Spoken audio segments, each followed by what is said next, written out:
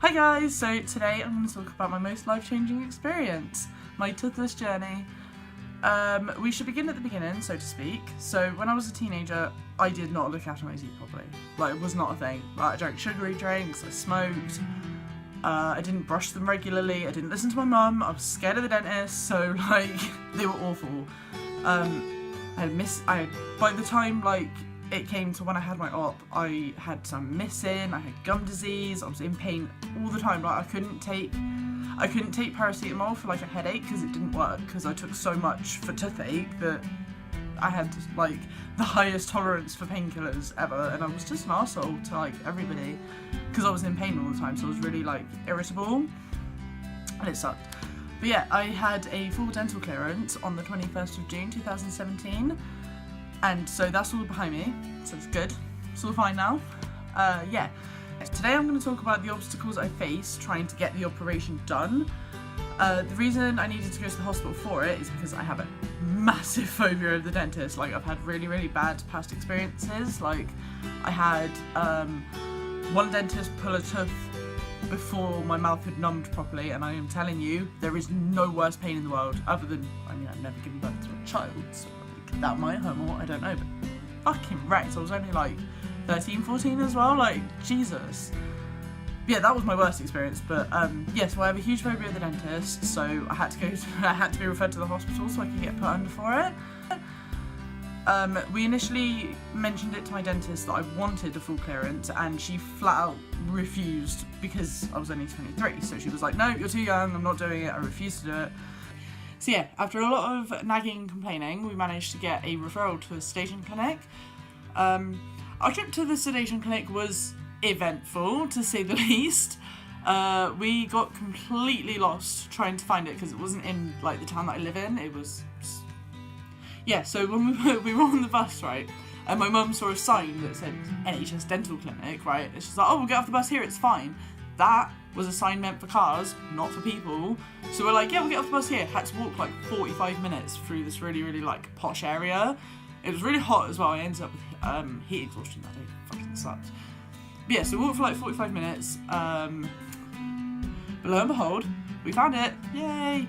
And now this will give you a perspective on how much I fear the dentist. Like, seriously. So we walked into the room and I was literally shaking, like my hands were shaking, I was almost in tears, I was sweating, and they didn't even have a dentist chair in the room.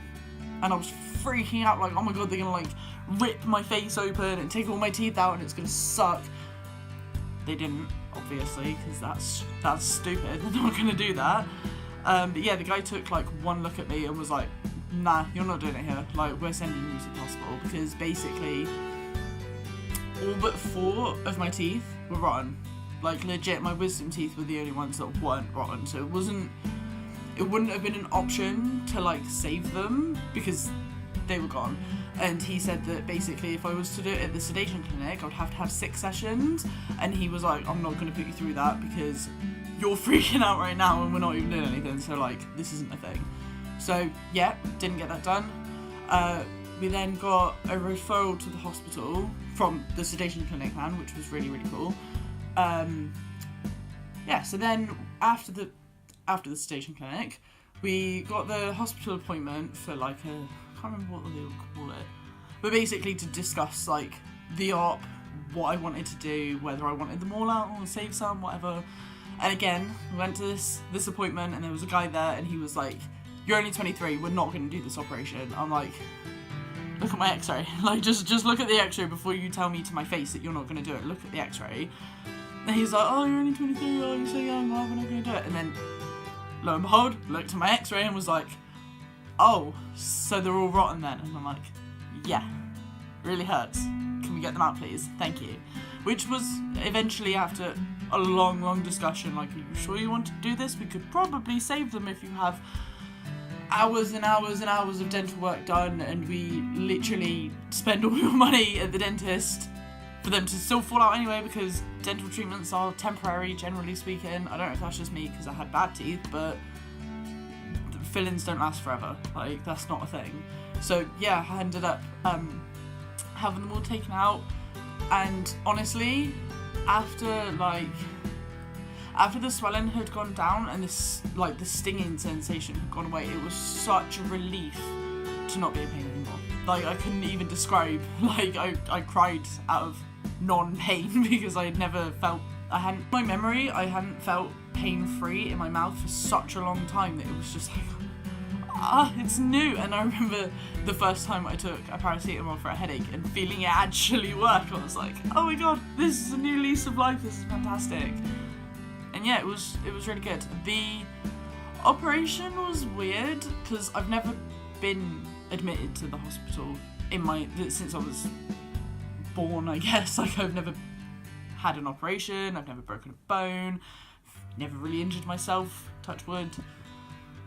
Yeah, so it was weird, to be honest, and like, we went in and sort of booked an appointment. So what they did, basically, they put me on a waiting list, and they were like, if anybody cancels before this time, then we'll call you up, and you can come in, and they say they're going to give you 24 hours notice. I did not get 24 hours notice, which kind of sucks. Like, we were on our way to summer solstice on the 20th of June, and my mum rang me and was like, yeah, so don't drink at summer solstice, and you gotta get the bus back tonight because my operation was at 8 o'clock the next morning, which I guess in some ways was a good thing because I didn't really have time to freak out about having the op done because I was too busy being sad that I didn't get to party all night with my friends.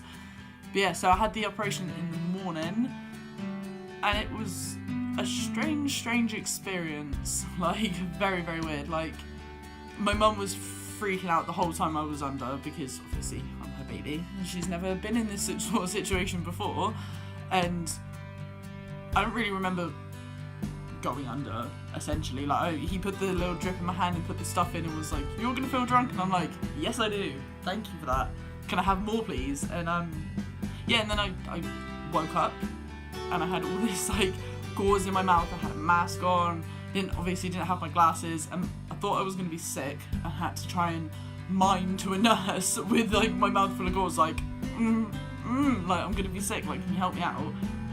And I think at one point I was crying because I didn't have my glasses on, but I couldn't express that because my face was like out here, like, it was awful. And the poor nurse, she was trying to like talk to me and be like, oh, I like your perfume, you smell really good, and I'm like, because I had no teeth. I had stitches in my mouth. I was all bleary-eyed and confused, like, what's happening? Yeah, so apparently I was in recovery for 2 hours, which was the same amount of time as my op took. So my operation took 2 hours, and then I was in recovery for 2 hours because I made them give me more pain meds so they couldn't send me down to recovery 2.